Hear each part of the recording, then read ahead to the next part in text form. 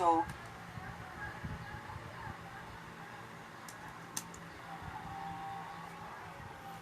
guys, this is a workshop, I mean lecture siya for visual graphic design. So tutukan nyo lang.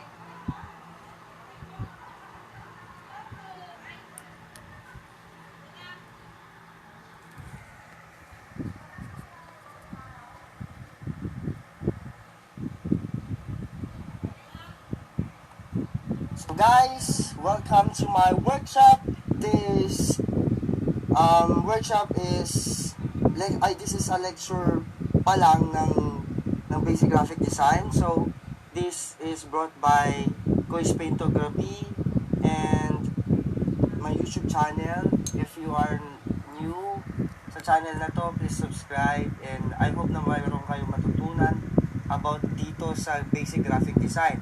And I am Emil Jan. And at the end of the session, you'll be able to define graphic design, identify the 10 basic principles, and this graphic design, apply the 10 basic principles, and create a creative design using Adobe, Photoshop, and Illustrator. Pero, bago tayo mag-proceed sa mga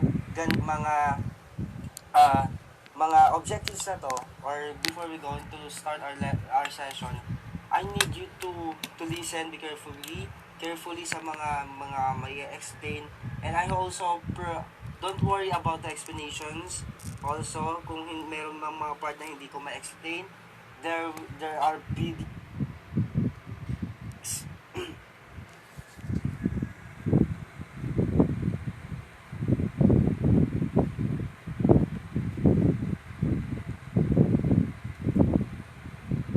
and let me play this video shortly about the fundamentals of design.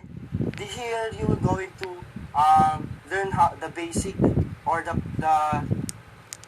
basic and principles of designing, and i-elaborate natin for the next slide.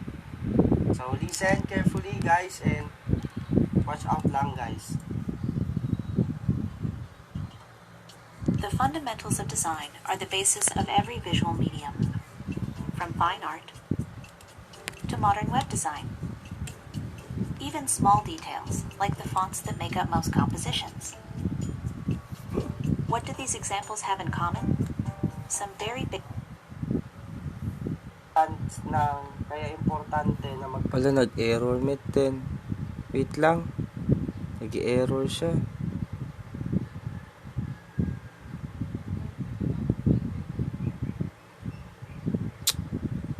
Nagkaka-error na siya, why? Wait lang.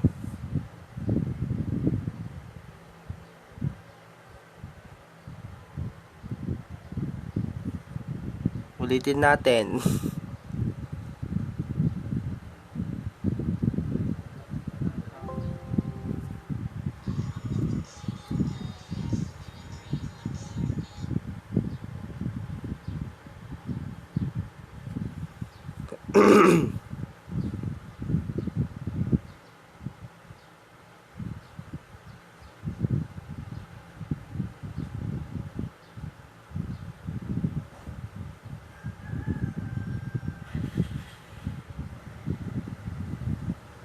Ulitin natin guys. Ito na lang, i-play ko na lang ng ganito. The fundamentals of design are the basis of every visual medium, from fine art to modern web design. Even small details, like the fonts that make up most compositions. What do these examples have in common? Some very basic elements, including line, shape, form, texture, and balance. They might not seem like much on their own, but together, they're part of almost everything we see and create. The fundamentals can be intimidating, especially if you don't consider yourself an artist. However, there's a lot they can teach you about working with different assets and creating simple visuals from scratch. Let's start at the beginning with one of the most basic elements of all, the line. A line is a shape that connects two or more points. It can be fat or thin, wavy or jagged. Every possibility gives the line a slightly different feel. Lines appear frequently in design, for example in drawings and illustrations, and graphic elements like textures and patterns. They're also common in text compositions, where they can add emphasis, divide or organize content, or even guide the viewer's eye. When working with lines, pay attention to things like weight, color, texture, and style. These subtle qualities can have a big impact on the way your design is perceived. Look for places where lines are hiding in plain sight, for example in text. Even here, experimenting with different line qualities can give you very different results. A shape is any two-dimensional area with a recognizable boundary. This includes circles, squares, triangles, and so on. Shapes fall into two distinct categories: geometric, or regular, and organic, where the shapes are more free-form. Shapes are a vital part of communicating ideas visually. They give images heft and make them recognizable. We understand street signs, symbols, and even abstract art largely because of shapes. Shapes have a surprising number of uses in everyday design. They can help you organize or separate content, create simple illustrations, or just add interest to your work. Shapes are important because they're the foundation of so many things. Learn to look for them in other designs, and soon you'll start seeing them everywhere.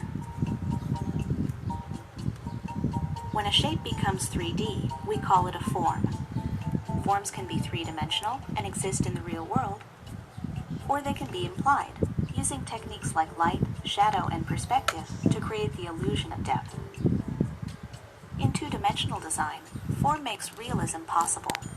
Without it, a bouncing rubber ball is just a circle. A 3D building is just a series of rectangles. Even flat designs use subtle techniques to hint at form and depth. In everyday compositions, the purpose of form is the same, but on a smaller scale. For example, a simple shadow can create the illusion of layers, or give an object a sense of place. Basic forms can bring a touch of realism to your work, a powerful tool when used in moderation. Texture is the physical quality of a surface. Like form, it can be three-dimensional, something you can see and touch, or it can be implied, suggesting that it would have texture if it existed in real life. In design, texture adds depth and tactility to otherwise flat images. Objects can appear smooth, rough, hard, or soft, depending on the elements at play. For beginners, textures make great background images and can add a lot of interest to your work. Look closely, and you may find texture in unexpected places, like distressed fonts and smooth, glossy icons. Just be careful not to go overboard. Too much texture in a single design can quickly become overwhelming. Balance is the equal distribution of visual weight. In other words, how much any one thing attracts the viewer's eye. Balance can be affected by many things, including color, size, number, and negative space. Mastering balance can be tricky for beginners because it does take some intuition. Luckily, the design world is full of examples that can help you understand its different iterations. Symmetrical designs are the same or similar on both sides of an axis. They feel balanced because each side is effectively the same, if not identical. Asymmetrical designs are different, but the weight is still evenly distributed. The composition is balanced because it calls attention to the right things. Many people use a strategy called the rule of thirds. This imagines your work area divided into a 3x3 grid. The focal point of the image is placed on or near one of these lines, creating visual balance with the rest of the space. We find this type of composition appealing because, according to studies, the human eye naturally follows this path when scanning a design. The fundamentals of design are all about the bigger picture. In other words, learning to appreciate the many small details that make up every composition. This insight can be applied to almost any type of project, whether you're creating your own graphics or just looking for simple ways to enhance your work. Thanks for joining us for the fundamentals of design. Check out the rest of our design topics, including color, typography, and more.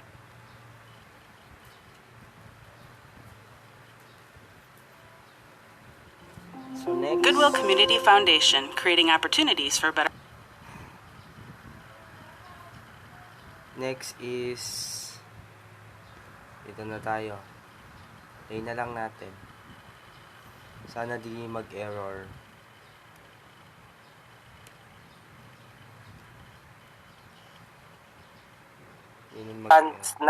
Kaya importante na magkaroon tayo ng idea for the basic, 'di ba? So, if you have the fundamentals, you will manipulate your design, or you can manipulate a design, or you can create a creative design for your clients. For example, mayroon ka ring distinct as a graphic artist, mayroon kang distinct na style sa in a particular way. So let's talk about the branding. Ang branding naman, it's all about how you present yourself, how you sell your artworks, how you sell your design. At saka minsan sinasabi nila walang pera sa graphic designing. Meron po. You can use this as your part-time. You can use... Mag-i-error ang aking mga videos. So, play na lang natin to ulit. Branding and identity are all around us.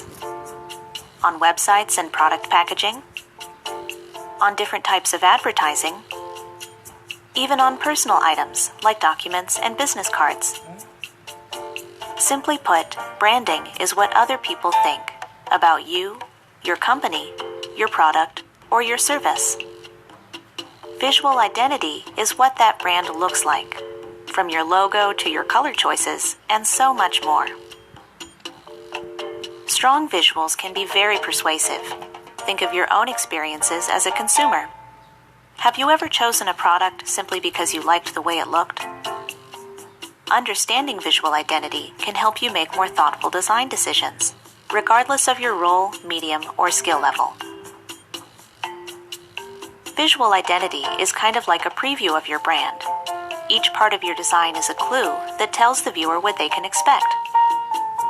Your tone can be classic and refined, or a little more out there. No matter what, every element works together to show exactly what your brand is about. Of course, it's not all business. You can apply the concept of identity to almost any type of project, big or small. Whether you're updating your resume or looking for ways to enhance your website, there are lots of benefits to having a consistent visual style. Some companies use an actual style guide to keep their brand looking consistent.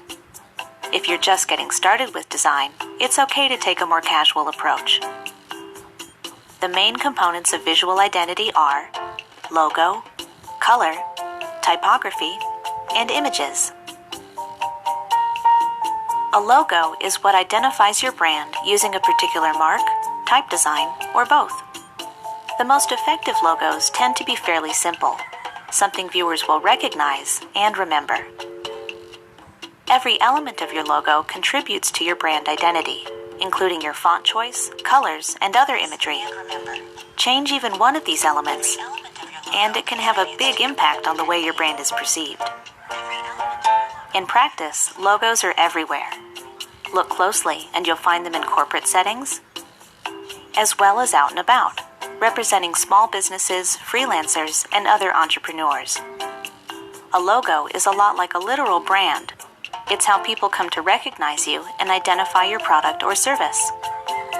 That's why it's important to use it wisely. A logo that's pixelated, distorted, or too small to read could give viewers the wrong impression.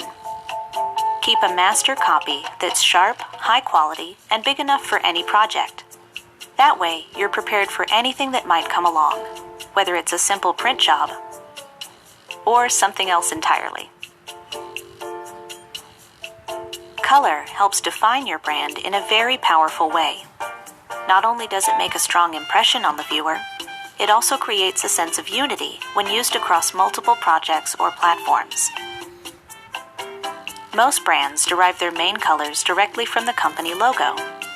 Additional colors can help you expand the main palette and further define your brand's personality and style. There are lots of ways to use brand colors. Just be careful not to go overboard or ignore basic design standards. Avoid common pitfalls like colors that vibrate or threaten to overwhelm your design.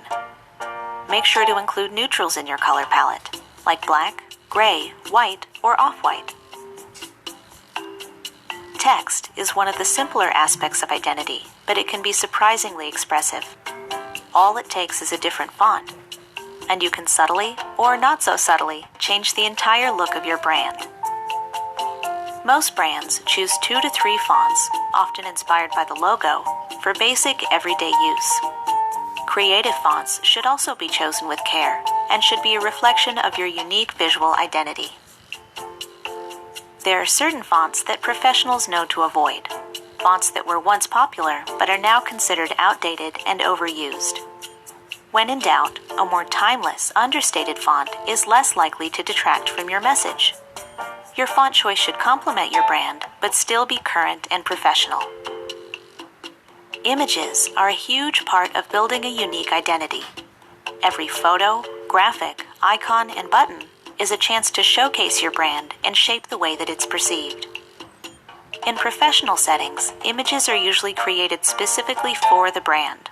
For instance, pictures in a catalog or graphics in an app.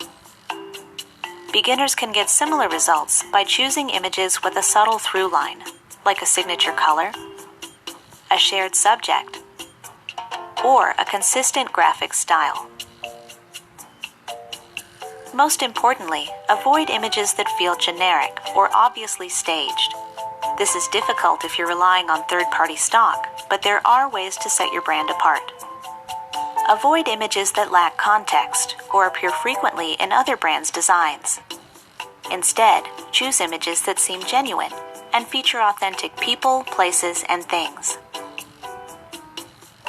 Visual identity isn't just a marketing tool. It's a way of looking at design that removes a lot of the guesswork. With a clear vision of your brand, you know exactly what colors, fonts, and images to use. You can create consistent works that viewers will remember. Thanks for joining us for the So, yun ang branding. Ganun ang ibig sabihin ng branding. So, in every company, meron silang color coding. And meron rin yung sinasabi, kapag sa planning stage kasi, dapat ang isang company meron siyang tawag doon, meron siyang brand na may establish. Sa logo pa lang, dapat may establish na yung brand, yung branding. Kasi, pag hindi yun na-establish yung branding, ibig sabihin mas mababa yung possible na mas mababa yung possibility na agad na mag-boom yung business. So sobrang importante ng branding. Ikaw rin na as a graphic designer, you have the brand. Ikaw rin kasi especially rin 'di ba kapag nag-a-apply ka ng trabaho, the way you communicate to interviews or kung paano ka sumagot sa mga interviews, yun na yung marketing mo. Ayun na yung market mo. Ayun na yung brand mo. Yung personality will be your brand. Your credibility will be your brand. So sobrang malinaw talaga ang anong ibig sabihin ng branding. So sa lahat ng company na sikat na yon ngayon na alam ninyo is sobrang importante ang branding. Kahit saan ka mapunta, branding is so valuable. Basta yung sobrang importante. Yun. And let's go with the definition of graphic designing. Graphic design is Wait. Ano ko na lang? Slideshow. See. Current slide. At saka minsan sinasabi nila walang pera sa graphic designing. Meron po. Next.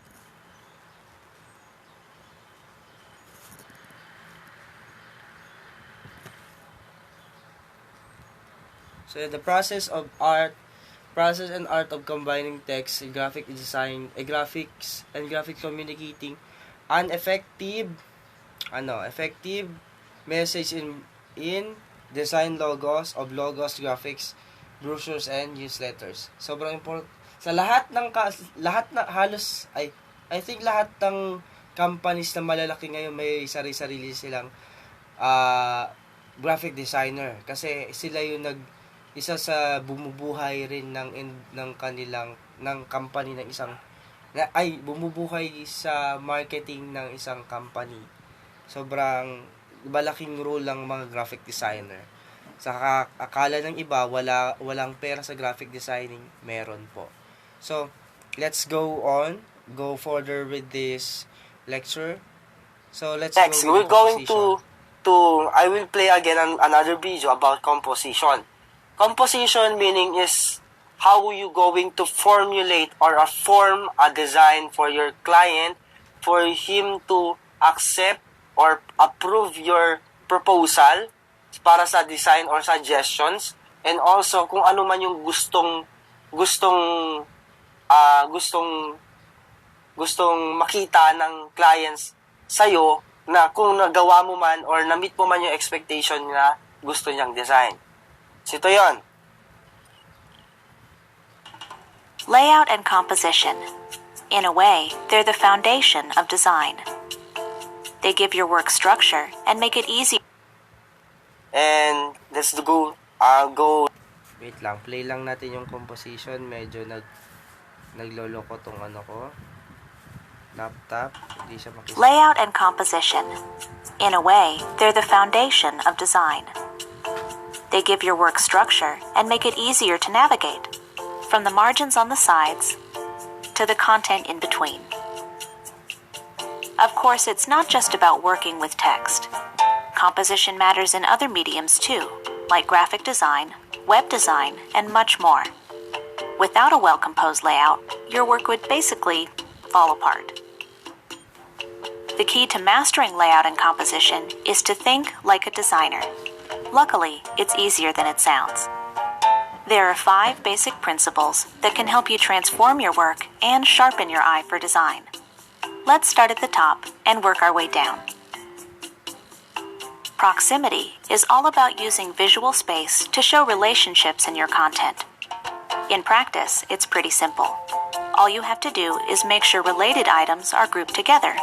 For example, blocks of text or elements in a graphic.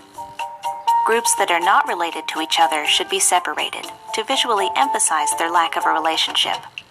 All in all, this makes your work easier to understand at a glance, whether it's purely text or something more visual. Whitespace is an important part of every composition. Now, this doesn't mean literal white space.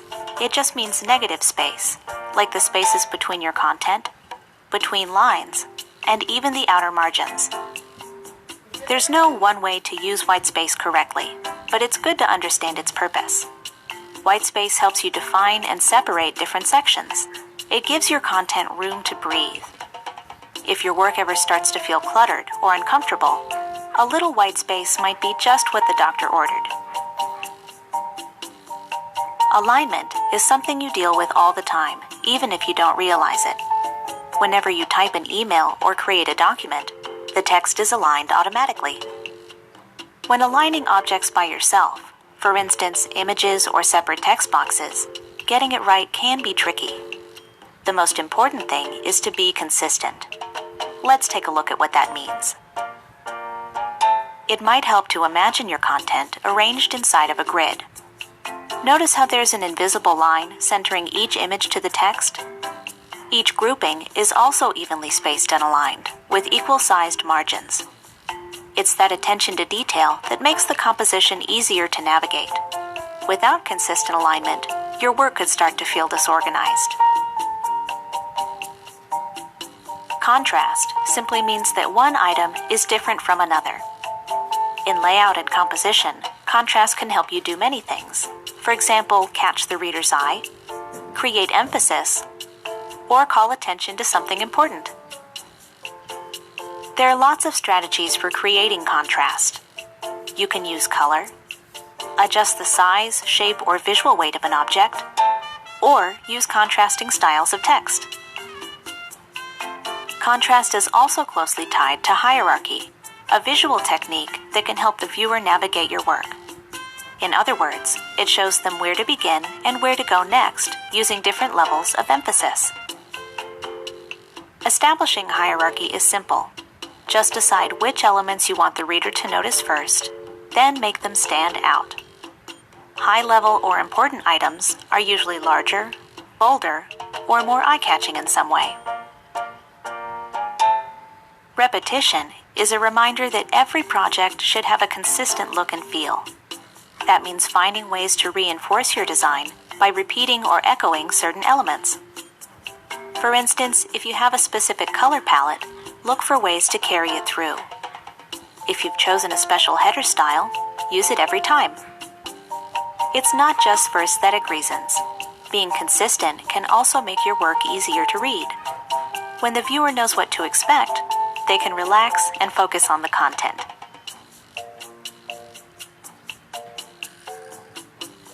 In many ways, layout and composition are the unsung heroes of design. It's easy to overlook their role, but they're part of everything you do. A nudge here, some extra white space there, and voila! With a little attention to detail, you can create beautiful, professional-looking compositions. Thanks for joining us for the basics of layout and composition. Check out the rest of our design topics. Yun yung layout and composition. So, sobrang importante sa planning stage ang nangyayari tong ganito. Kung paano mo, kasi it talks about the creativity, the connections of your elements or your design into the company. Kaya sa mga designs na nakikita nyo, pinag-isipan at pinagplanuhan. Kasi dito sa layout rin, kailangan mo munang i-sketch yung design before ka gumawa sa actual mismo. Kaya dapat yung kanina, di ba, nasabi na rin kanina, may arrangement. May arrangement, composition niya, di ba? Creativity. Minsan hindi it's all about the composition kasi is nasa tao yan. How you going to manipulate the design? How you going to manipulate yung mga materials mga elements na kailangan mo. So punta tayo sa mga 10 basic principles of natakil na niya to, pero let's dig in more para maging klaro pa sa atin lahat ang mga basic principles ng graphic design. First is balance. Then stability, structure to an overall design. To understand it better, think that there's weight behind each of your design. Kasi meron yung sinasabi nila pag mabigat sa mata, pag binabasa, mayroon yung mga magaan rin sa mata. Kaya minsan considered yung design rin kasi na dapat balance para hindi siya dapat may balance para ma-market mo siya yung kung ano yung product na meron ang isang company. So next naman is the proximity. Proximity is helps the creating relationship between similar or related elements. These elements needs not be grouped. Instead, they should be visually connected by way of font, color, and size. Proximity ito yung laki, at kung ano yung mga i-emphasize mong images, i-emphasize mong shapes, elements, i-emphasize mong mga colors, ano yung magiging color ng, kunyari, pag gumawa ka ng design for technology, mostly ba ang na-emphasize is yung price at saka pangalan ng product. Yun. Tsaka dapat yung relationship rin ng design mo is hindi ka naman pwedeng gumamit ng hindi ka naman, basta depende na rin sa tema. Kunyari sa birthday, ano yung ba yung magiging tema niya? Ano yung mga kulay na gagamitin mo?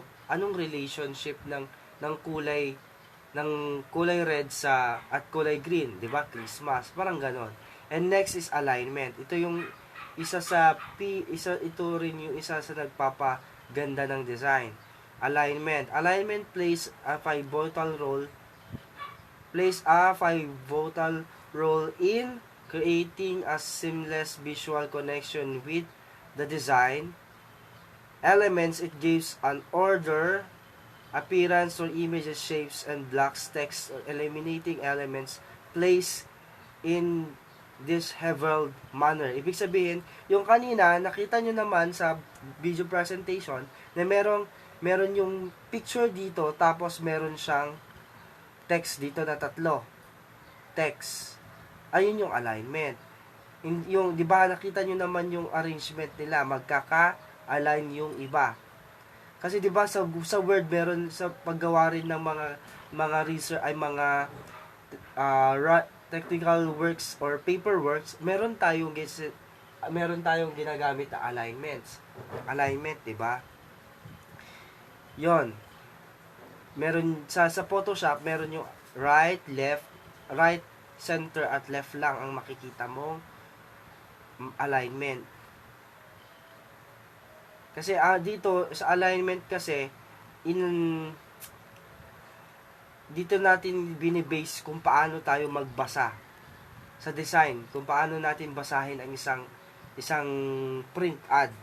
'Di ba nagbabasa tayo from right to left. So parang ang recommended na alignment is left align mostly.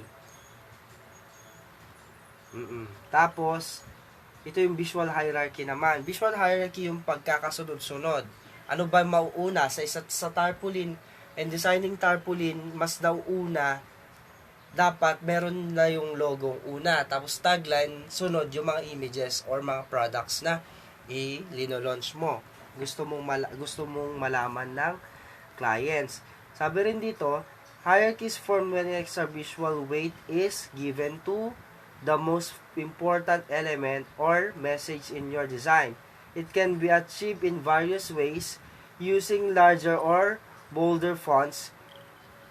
Highlight, kumbaga, ano yung title, ano i-highlight mo? Ano yung, 'di ba sa price, ina-highlight nila, pang-highlight sa prices, mga discounts is red, kulay red. 'Yon. And sabi rin dito, more detailed and more colorful visuals than those less relevant or smaller images. Parang, yun nga, hierarchy, pagkakasunod-sunod. Di ba may pagkakasunod-sunod tong slide na to? Nauna yung title na basic principle, kumbaga parang ito na rin yung logo, tapos ito na yung tagline. Ito yung graphical elements natin na ginamit natin. Itong line na yan. Pagkakasunod-sunod para at least hindi siya magulong tignan at saka hindi mabigat sa mata. Para at least pag nakita na ni client mo ang magandang arrangement, siguradong ma-approve agad yung design mo. And repetition is a fundamental design elements, especially when it comes to branding. Sabi dito, it comes to branding, ang importante ang repetition. Have you noticed some of the brands na mga apparels is paulit-ulit yung yung design, may pattern ng logo nila. For example, Louis Vuitton, ano pa? 'Di ba? Mga Chanel bags. May paulit-ulit silang mga kasi ayun yung nag, nagbibigay ng significance sa brand. Pero minsan ang disadvantage kasi ng pagkakaano ng ng repetition na overuse ng ibang designer, kaya minsan hindi na nagkakaroon ng branding ang design. And okay lang naman maggamitin ang repetition, pero wag lang sana sobra. Kasi pag nasosobrahan na-over na siya. Overlook. Minsan na-overlook tong part na to na repetition. At tapos ano pa? Na-overlook din to. And isa rin tong way ng isa repetition kasi isa rin tong way para i-fill out yung mga dead space or dead space, yung mga parang consider this itong dead space, itong mga ganito. For example, meron akong dito, tas walang image yan or walang design yan, ayun yung dead space. Kasi importante na sa design rin wala kang dead space. Yon. Next is contrast. Contrast na-explain na kanina, kung gagamit ka ng mga kulay, gagamit ka ng text, gagamit ka ng images, 'di ba may contrast? Ang contrast dito sa designing kasi is how you deliberate with how you going to use colors. Kunyari, pag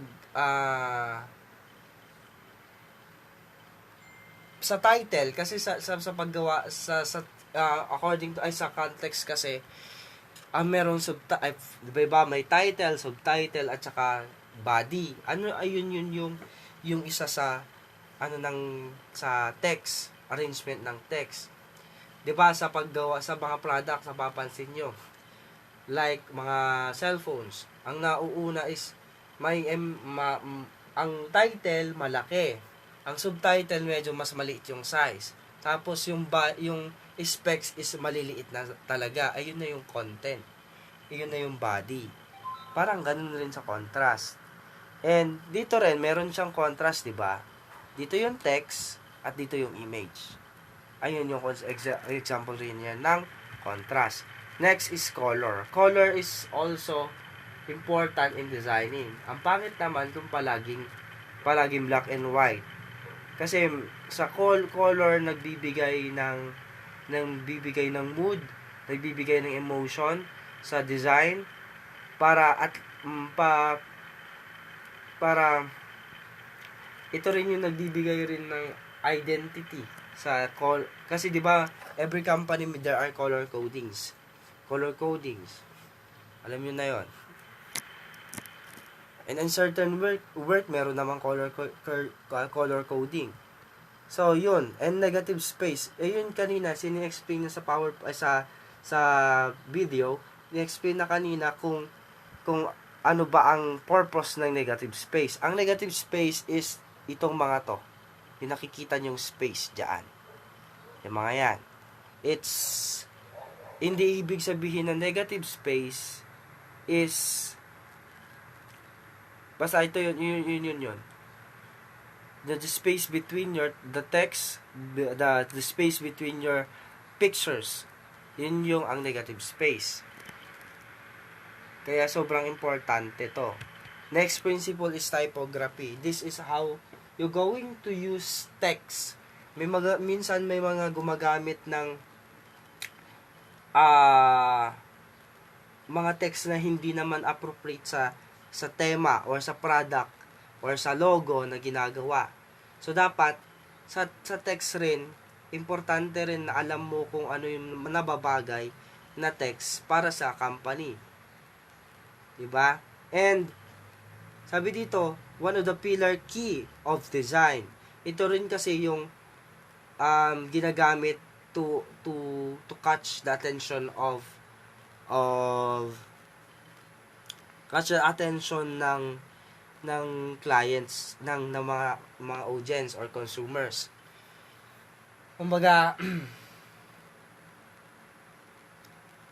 it shows as type, is all you need to showcase your design concept. Kumbaga, dapat sa designing rin, dapat hindi mahaba ang linalagay mong text. At alam mo dapat yung font na gagamitin mo for a certain design. And sabi dito ni Paula, sure, is, words have meaning, type has spirit. And let's go on to color. Kanina, i-explain niya dito kung ano ang mga color, bakit importante ang color, bakit ba sa design, bakit hindi na lang black and white, diba? See, it will explain everything here. Ni-elaborate lang natin. Color. It plays a vital role in design and everyday life. It can draw your eye to an image, evoke a certain mood or emotion, even communicate something important without using words at all. So how do we know which colors look good together and which ones don't? The answer is simple. Color theory. Artists and designers have followed color theory for centuries, but anyone can learn more about it. It can help you feel confident in many different situations, whether it's choosing colors for a design or putting together the perfect outfit.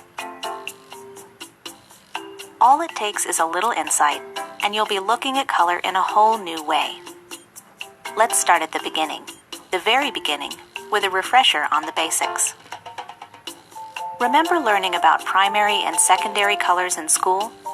Then you already have some knowledge of color theory. Red and yellow make orange, yellow and blue make green, and blue and red make purple. If we mix these colors together, we get even more in-between shades, like red-orange and yellow-green. Altogether, they form what's called a color wheel. You can probably see where it gets its name. Now, let's take it one step further with hue, saturation, and value. These are terms you might never see in daily life, but they're the key to understanding more nuanced colors, like all those little paint chips at the home improvement store. Hue is the easiest one. It's basically just another word for color. Saturation refers to intensity. In other words, whether the color appears more subtle or more vibrant. Value has to do with how dark or light the color is, ranging from black to white. As you can see, this gives us many different shades, from a deep reddish brown to light pastel pink. So how do we put this all together to create professional-looking color schemes? There are actually tried and true formulas based on something called color harmony that can help. All you need is the color wheel. The easiest formula for harmony is monochromatic because it only uses one color or hue. Just pick a spot on the color wheel and use your knowledge of saturation and value to create variations. The best thing about monochromatic color schemes is that they're guaranteed to match. An analogous color scheme uses colors that are next to each other on the wheel, like reds and oranges, or cooler colors like blues and greens. Don't be afraid to play with the palette and create your own unique interpretation. That's what these formulas really are, merely starting points to help guide and inspire you. Complementary colors are opposite each other on the wheel, for instance, blue and orange, or the classic red and green. To avoid complementary color schemes that are too simplistic, add some variety by introducing lighter, darker, or desaturated tones. A split complementary color scheme uses the colors on either side of the complement. This gives you the same level of contrast, but more colors to work with, and potentially more interesting results. A triadic color scheme uses 3 colors that are evenly spaced, forming a perfect triangle on the wheel.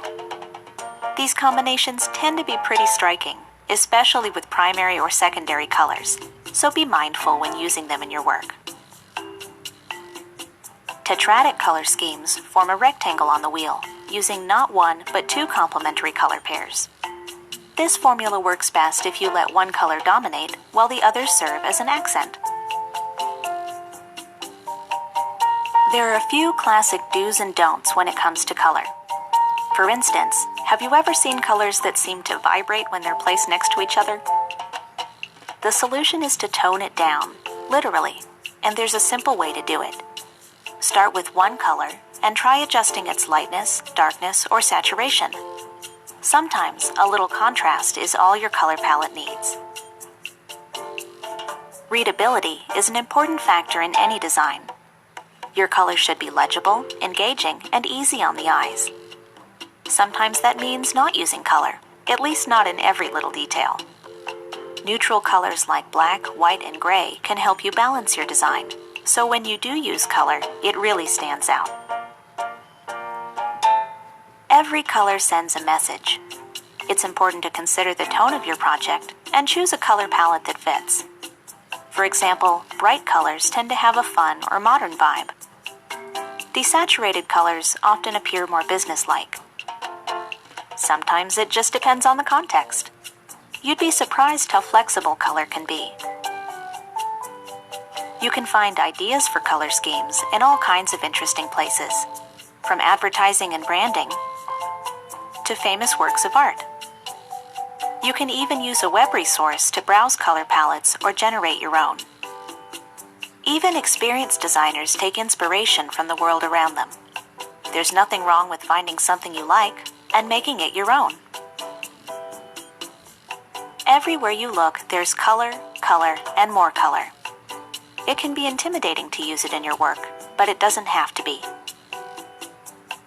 Just keep experimenting and remember what you've learned about color theory. Soon, choosing great-looking colors will feel like second nature. We hope you enjoyed learning the basics of color. Check out. Ayun yung colors, importance ng colors. So let's go on with the color, two types of color mode, which is the RGB and CMYK. Ang RGB is red, green, and blue. These are the additive color mixing models.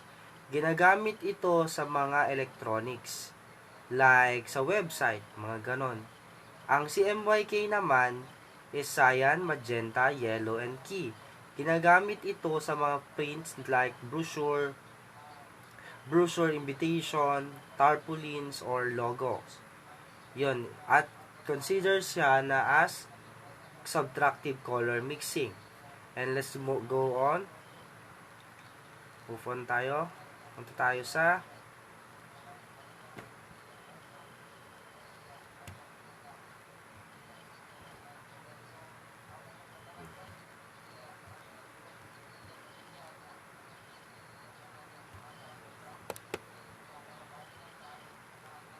color tones. Hue, na-explain na kanina, ito yung pure colors lang. Other term for color, sabi niya kanina. And shade, nag-a-add ka ng black. Tapos tint naman, nag-a-add ka ng white. Ang tone ay gray. Nag-a-add ka ng gray. Tapos let's go on to the color psychology. So color psychology is influences the perception and are not obvious, such as taste of food. Parang as a brand kasi, ito yun ang parang nagbibigay ng lasa or nagbibigay ng humihikayat sa mga mata natin. Kaya tayo na may mga product na sobrang love na love natin. 'Di ba? Meron ka rin namang favorite color. So sa in your perception, ano yung meaning ng color sa iyo, yung favorite color mo sa iyo? Why, bakit siya naging favorite color mo? Parang ganun rin dito sa designing. Colors can also enhance the effectiveness of place boost. And there are examples of color psychology and interpretations. It's a red naman, excitement, strength, love, and energy. Sa orange is confidence, success, and bravery. At saka sociability. Tapos, ang yellow is creativity, happiness, warm, at saka cheer. Ang green naman is nature, healing, and quality. Tapos, blue, trust, peace, loyalty, and competence. Pink is compassion, sincerity, sophistication, and sweet. Tapos, ang purple is royalty, luxury, at spirituality, and ambition. Tapos, brown, dependable, rugged, trustworthy, and simple. Ang black naman, formality, dramatic, sophistication, and security. Ang white, clean, simplicity, and innocent, honest. So, napapansin nyo, sa mga brands, meron, or companies, di ba, sa lahat ng, sa iba-ibang category, like banks, gumagamit sila. Mga bangko, gumagamit sila ng blue or violet. Or sometimes green for money. And minsan, sa mga milk teas naman, green. Mostly, di ba, ang kanilang mga logo-logo. At saka health, about nature, green. Tapos, ang mga red naman, sa mga strong, di ba? So, strength, ibig sabihin yung mga hardwares, gumagamit sila ng red. Ace Hardware, red yung ano nila, yung color coding nila. Ang bench, gumagamit sila ng red. Ang red ang branding nila. Sa mga orange naman, sa orange naman ito yung mga food, mga burger, pizza, parang gano'n.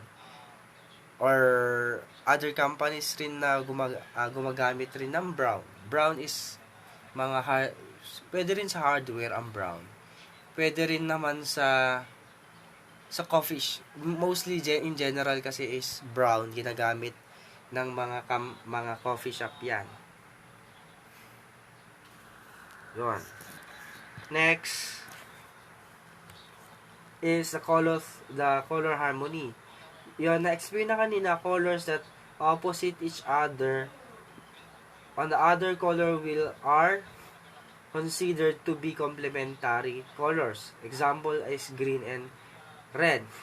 Kanina na-mention yung iisang kulay, which is the monochromatic. Ang monochromatic, iisang kulay, pero iisang kulay siya, pero nagbe-base ka from light to dark ng isang color.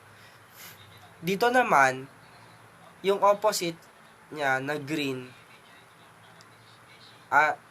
dito example is red and green, diba? Ang opposite ng red is green. Ang opposite ng green is red. So, gets? Ang split harmony naman is complementary colors scheme is a variation of complementary color scheme. In addition to the base color, it uses the two colors adjacent to its complement. Ganun yon. Tapos, ang triadic naman, color scheme uses colors that are evenly spaced around the color wheel.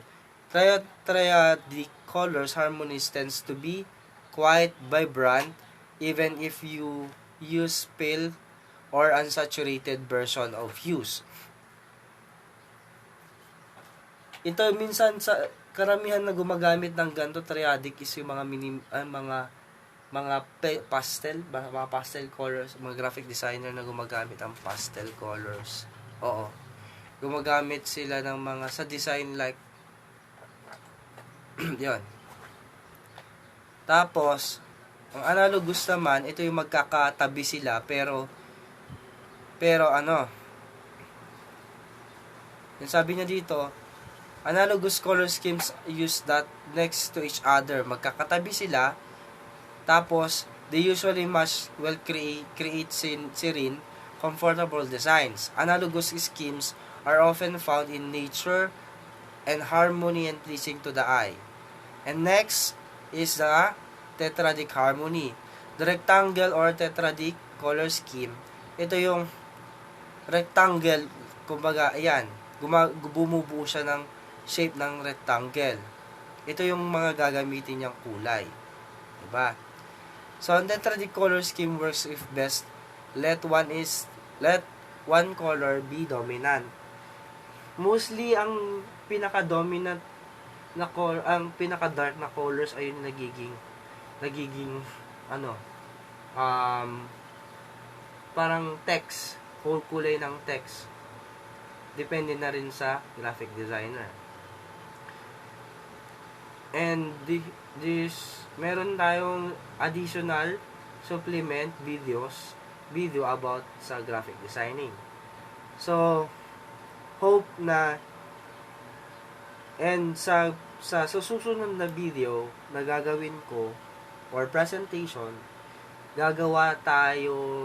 ide-demo ko kung paano gamitin ang Photoshop at Illustrator. Pero marami ang tools. I-explain ko yung tools, i-explain ko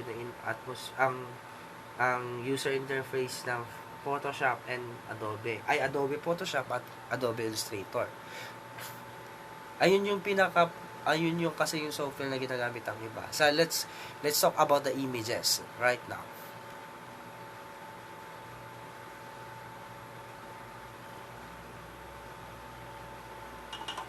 Images. No matter what the subject, we're naturally drawn to them. From beautiful high-definition photos to carefully crafted illustrations. Even simple examples like logos and icons. Images are more than just decoration. In design, they're the hook that draws the viewer in. Compelling visuals can help you connect with the audience and make a strong impression before they've even read a single word. You don't have to be an artist to use images in your work. All it takes is a little creativity and a willingness to think outside the box. With the right resources, you can learn to set your designs apart. First, finding high-quality images for any type of project. Maybe you're handy with a camera or have some graphic design experience. That's great. If not, don't panic. There are countless sources online that offer images for exactly this purpose. The truth is, most people, including professionals, rely on free or low-cost images called stock. Stock is perfect when you need something specific, for example, a photo of a tiny dog in a teacup, and you don't have the time or resources to make it yourself. Most stock image sites let you browse or search their offerings. Look for results that are relevant to your project, but also unique in some way. As viewers, people are naturally drawn to images that feel authentic. For example, distinct but believable photos, and graphics that tell a story. The best images are somewhat open-ended. They set the tone for your project, but leave room for interpretation. Some stock images are just too generic to be effective. For instance, how many times have you seen a business presentation with something like this? For a more modern, professional design, avoid images that lack context or are too literal in meaning. Instead, look for imagery that's connected to your work, but in a more subtle, relatable way. Of course, it's not just about content. There's also a technical side to images, which can have a big impact on your work. It doesn't matter if the photo you've chosen is absolutely perfect in every other way. If it's blurry or pixelated, it could give the wrong impression. Look for high-quality images that are sharp, clear, and free of distortion. In general, bigger is better because it gives you more to work with. A large, high-resolution image can always be cropped or sized down, depending on the needs of the project. Unfortunately, it doesn't work the other way around. If you enlarge a smaller image, it immediately loses quality. That's because most images are in something called raster format. They're made up of thousands, sometimes even millions, of tiny little pixels. When you view a raster image at its original size or smaller, the pixels are invisible. They're just too small to see. But if you zoom in or enlarge it, the results aren't pretty. Vector graphics are quite different from raster. You can make them any size, big or small, without losing any quality. That's because they're made of something more complex than pixels. They're rendered using a special form of geometry. You're not likely to find vector graphics outside of professional design settings, but it's good to know what they are. Few stock images are perfect as is, even if they're technically high quality. Maybe the image is the wrong size, or the colors could use some work. Fortunately, even Wait lang.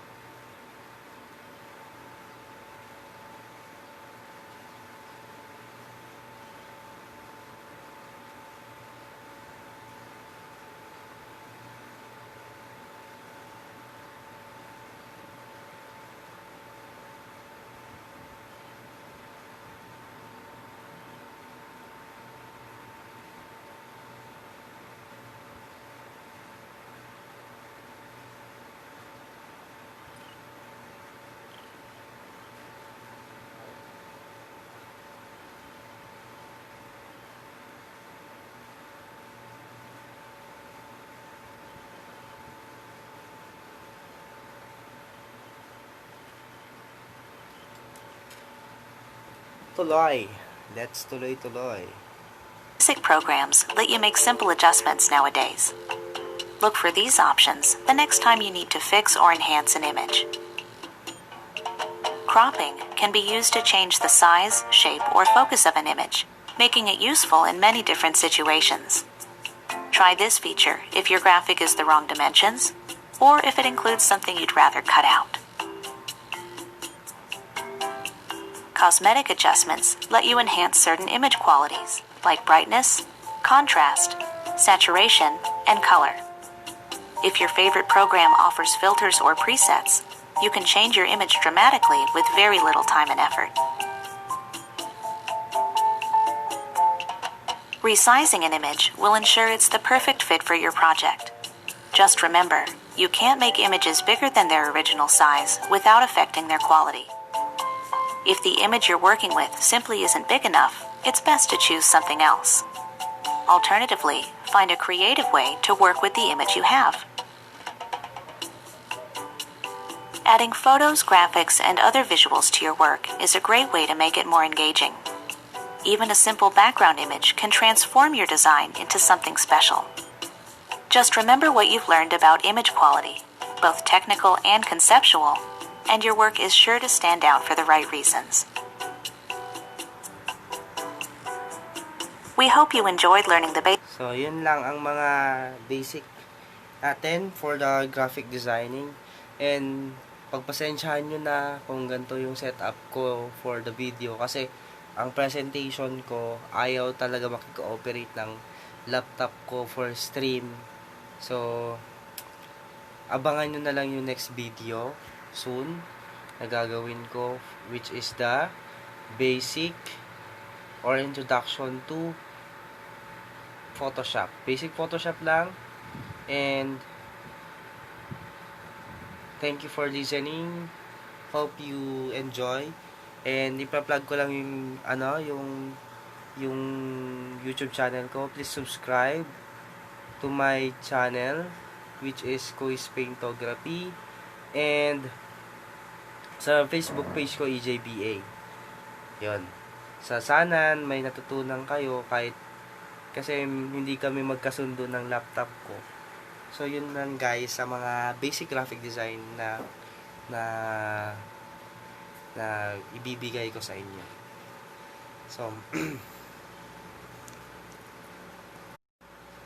So, yun guys. Thank you for listening. Salamat sa pakikinig and hope na may natutunan kayo sa mga pinagdadadada ko dito. Kahit medyo, actually hindi pa, okay na rin to kasi nagawan ko ng paraan yung pag-video ko para sa natin. Ayoko naman na mabigo kayo sa PowerPoint presentation. Yun. So, see you guys for the next video. And I need to rest muna. Upload ko na to sa abangan nyo na rin to sa YouTube. I-download ko to. Sige, bye!